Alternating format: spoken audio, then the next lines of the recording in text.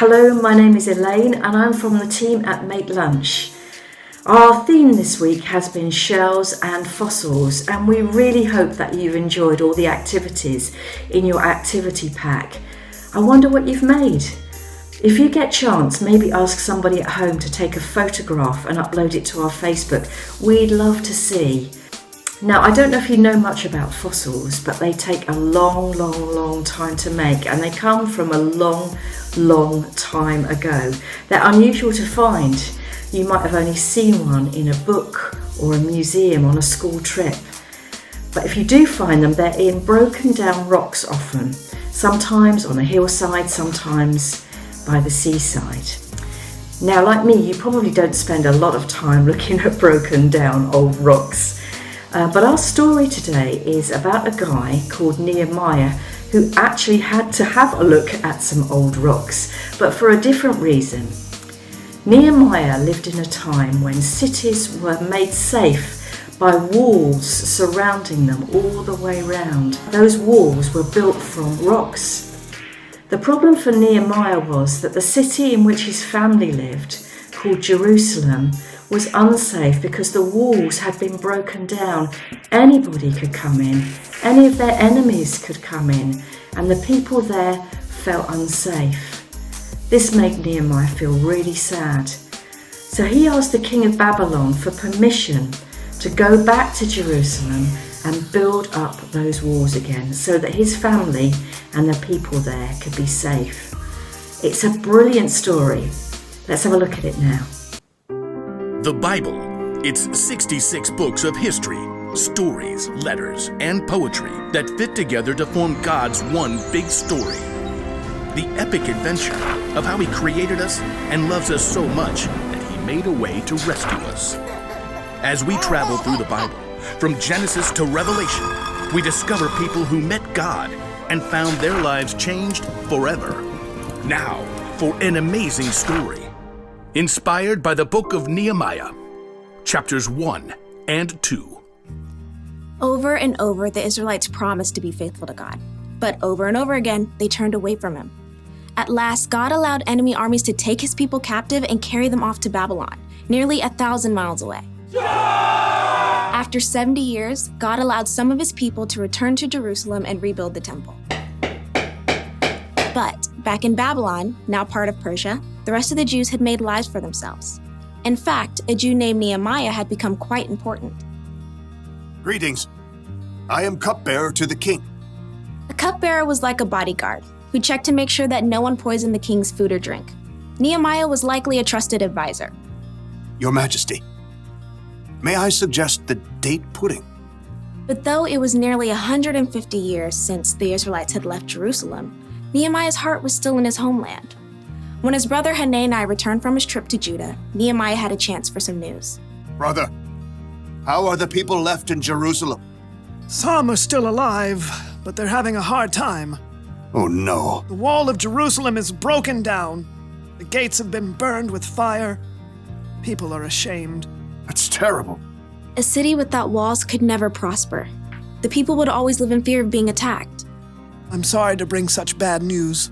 No, I'm glad you told me. Dismayed, Nehemiah sat down and wept. He couldn't even eat for several days. Instead, he poured his heart out to God. Lord, you are a great and wonderful God.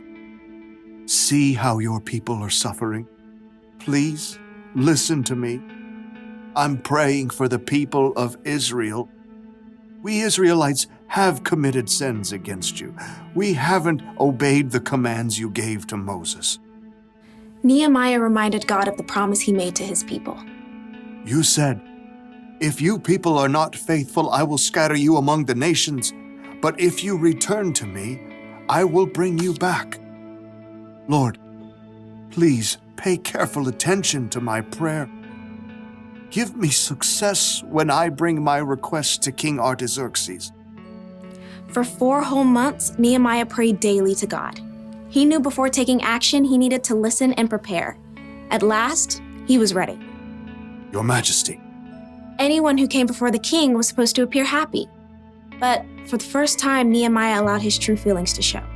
Oh, why are you looking so sad? May you live forever? Why shouldn't I look sad? The city of my people has been destroyed, and fire has burned up its gates.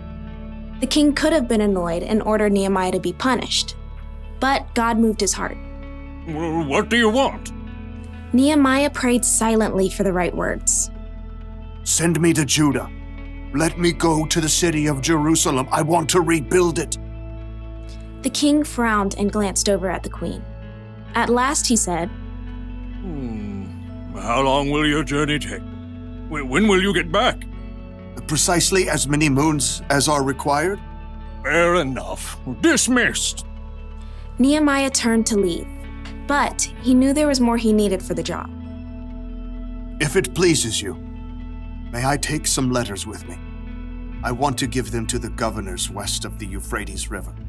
Then they'll help me to travel safely. Done. Oh, and a letter to the caretaker of the royal park? So he'll give me logs for the wall and gates and a house? What next? A whole escort of army officers and horsemen? That would be fantastic. Fine. All of it. Get on with it.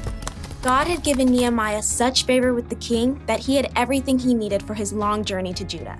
At last, Nehemiah had reached the city he dreamt of his entire life. Jerusalem. Though Nehemiah was overjoyed by the first glimpse of the city, it must have been difficult to see its crumbling, broken-down walls. So much work to be done. But Nehemiah didn't tell anyone his plan at first. On a bright moonlit night, Nehemiah snuck out with only a few others to see the full damage to the walls. We have to know what we're up against. Nehemiah traveled by donkey. With a few trusted friends, they left the city through the broken valley gate. Let's head toward the Jackal Well. At last, Nehemiah got a clear picture of the devastation. Jagged piles of rock lay everywhere. The gates were gone, with scorched, gaping holes in their place. It's such a big job. Only God can do this. Nehemiah circled what was left of the wall, heading up the Kidron Valley and at last returning through the valley gate.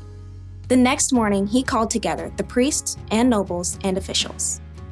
You know, I've come to visit my people in Jerusalem, but that's not the only reason I'm here. Nehemiah gestured to the jagged remains of the wall, visible from where they stood. You can see the trouble we're in. Jerusalem has been destroyed. Fire has burned up its gates. Tell us something new. Come on. Let's rebuild the wall of Jerusalem. Then people won't be ashamed anymore. Well, I mean, that's something to consider if you think about this. Our grandparents tried that years ago. But God has been helping me. He gave me favor with the king.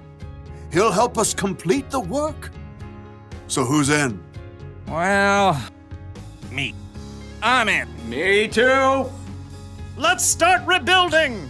God moved the hearts of the people to help Nehemiah, and together they began the gigantic job of repairing the walls and gates of Jerusalem.